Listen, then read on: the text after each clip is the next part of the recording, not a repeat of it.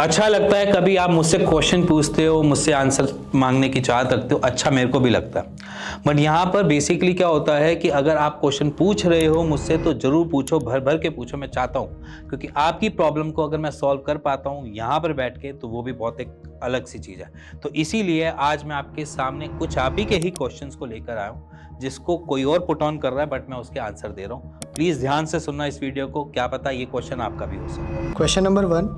Sir मेरे 6 साल पहले क्रिकेट बॉल लग गया है और हाइड्रोसील हुआ। इसके बाद ट्रीटमेंट लिया और ठीक था, लेकिन धीरे धीरे अब वो गोटी छोटा और अंगूर जैसा हो गया है। इसका कोई इलाज हो सकता है क्या?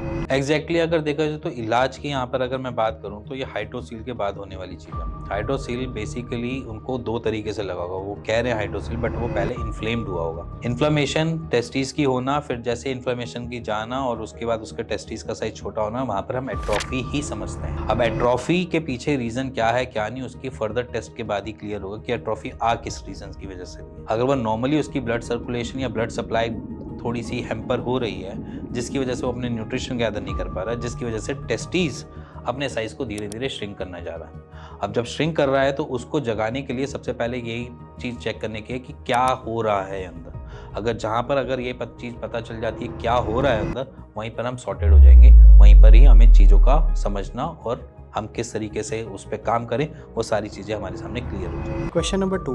मुझे वेट लॉस करना है, क्या मैं एक्सरसाइज और रनिंग कर सकता हूँ मॉर्निंग में, वो भी वेरिकोसील के साथ? वेरिकोसील के साथ हम मना करते हैं। नॉर्मल आप वॉक करो, मैं मना नहीं करूँगा वॉकिंग के लिए, विद सपोर्टर करो। अगर आप रनिंग के लिए कह रहे हो कि मैं रनिंग करके अपना वेट लॉस करूँ, तो वो राइट अप्रोच नहीं होगी, उसके लिए मैं हमेशा मना करता हूँ। अगर आपने अपनी अप्रोच को थोड़ा सा चेंज कर सकते हो तो डाइटरी चेंजेस करो, साथ में नॉर्मल वॉक करो, ब्रिस्क वॉक करो और थोड़ी सी अगर जॉग कर सकते हो तो जॉग करो, बट रनिंग और साइकिलिंग में अलाउ नहीं करूँगा। Question number 3।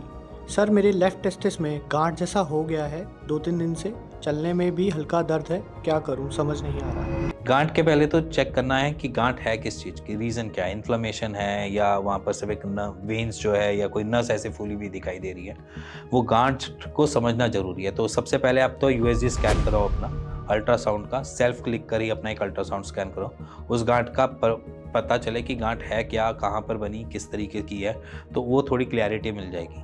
अगर वो उसमें थोड़ी बहुत गांठ का या पता चलता है या वेरिकोसील पता चलता है या कुछ और पता चलता है या स्पर्मेटोसील होता है या फिर कोई इन्फेक्शन होने की वजह से कोई इशू हो रहा है, तो उसके लिए आप एक यूएसजी स्कैन कराओ, उसमें पता चले है क्या चीज़, वो एक बार क्लियर पता चले। Question number 4। हेलो सर, आज टॉयलेट में फर्स्ट टाइम ब्लड आया, इसका क्या रीज़न हो सकता है? देखो, टॉयलेट में ब्लड आना एक अलग चीज़ है, सीमन में ब्लड आना एक अलग चीज़ है। टॉयलेट में उनका मेरे भी शायद यूरिन करने का जो एक्सपीरियंस था उसमें ब्लड आया, तो उसमें बहुत सारे अलग अलग चीज़ें हो सकती है। पहला तो इन्फेक्शन हो सकता है, दूसरा अगर कभी स्टोन हुआ हो तो स्टोन निकला हो तो उसकी वजह से हो सकता है, या फिर कोई वेसल फटी हो जिसकी वजह से हम देखते हैं कि यूरिन करते हुए हमको ब्लड आ सकता है। एक तो ये कुछ कंडीशंस होती हैं। तो अगर आप का ब्लड फिर भी आ रहा है तो अगर यूरिन के साथ तो एक अपना यूरिन कल्चर जरूर करवाएं, जिसमें ये क्लियर हो कि ब्लड ट्रेसेस आ रहे हैं, क्या आ रहे हैं, इन्फेक्शन की वजह से आ रहा है या किस वजह से आ रहे हैं, एक बारी वो क्लियर हो जाए। एक यूरिन रूटीन और एक यूरिन कल्चर, ये दोनों चीज़ें पहले जरूर करवाएं। हाँ, और अगर ये सीमन में आ रहा है तो सीमन में भी सेम टेस्ट होता है, सीमन कल्चर और सीमन रूटीन, उसको एक बारी जरूर करवाएं, जिसमें अगर सीमन में अगर ब्लड के ट्रेसेस देखने को मिल रहे हैं तो पहले उसकी जाँच होनी चाहिए। देन उसमें अभी क्या एक्सपीरियंस मिलता है वो एक अलग चीज़ है।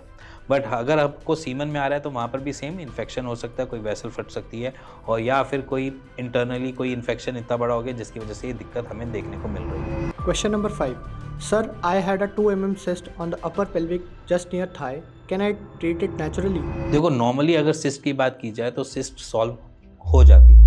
सिस्ट अगर आप होम्योपैथी से जाओ या आयुर्वेद से जाओ तो दोनों के पास अपनी अपनी पैथीज़ के पास पावर है जो आपकी सिस्ट को कंट्रोल कर सकती है और ख़त्म भी कर सकती है। सो उसके लिए आप वरी करना बिल्कुल छोड़ दो, आपके पास नेचुरल ट्रीटमेंट अवेलेबल है, उसके लिए सर्जरी की रिक्वायरमेंट नहीं है। बट यहाँ पर इतनी बड़ी mm की नॉट नहीं है जिसको मैं बोलूँ कि वो बहुत दिक्कत दे सकती है। 6 mm की नॉट है तो उसको सॉर्टेड किया जा सकता है, बट थोड़ा सा ट्रीटमेंट आपका लंबा चलेगा, बट वो सॉर्टेड हो सकती है। हमारा आज का लास्ट क्वेश्चन। सर हमारे बाएं तरफ की गोली के ऊपर एक की नस कमर तक फूली है, जब तक हम दुकान में बैठते हैं या मोटरसाइकिल चलाते हैं तो हमें लगता है कि हमारे बाएं तरफ की गोली ऊपर चढ़ रही है और हमें पेन होता है। तो इसका क्या रीज़न हो सकता है और क्या इसे नेचुरल तरीके से ठीक किया जा सकता है? देखो, यहाँ पर ऊपर चढ़ना और बाएं तरफ की नसों का मोटा होना, ये थोड़े से अलग अलग चीज़ें हैं। देखो, सिंपल सी बात समझना कि अगर आपको वेरिकोसील का एक सिम्टम है तो वहाँ पर लटकन ज़्यादा आएगी, मतलब हमारा स्क्रोटम लटकेगा ज़्यादा क्योंकि वो टेम्परेचर मेंटेन नहीं कर पा रहा। बट यहाँ पर अगर आप नस की बात कर रहे हो तो ये बाएं की तरफ की जो नस है वो फूली हुई है, तो क्या पता है वेरिकोसील हो।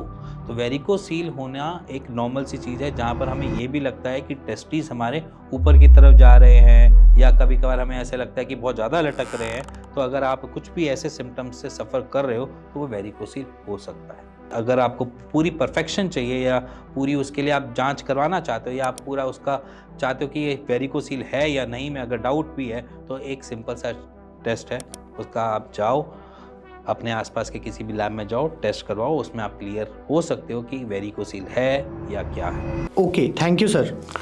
सो मेरे ख्याल से इतने सारे क्वेश्चंस जो इन्होंने आज पुट ऑन किए हैं या मुझसे पूछे हैं, वो मोस्टली जनरल एक क्वेश्चंस होते हैं जो बेसिकली व्यूअर्स मुझसे पूछता है। बट एक्चुअली देखा जाए तो क्वेश्चंस में सब में मैं मोस्ट ऑफ द प्रेफरेंस ये देता हूँ कि आप जांच जरूर करो। जांच करवानी जरूरी होती है, बिना जांच के कोई भी डॉक्टर नहीं समझ पाता क्योंकि इंटरनल चीज़ है। हाँ, हम सिम्टोमेटिकली ये समझ जाएंगे कि यहाँ पर ये चीज़ हो सकती है, ऐसा हो सकता है या ये हो सकता है, बट हम भी क्लैरिटी के लिए एक जांच कराना मांगते हैं या हमें चाहिए होती है।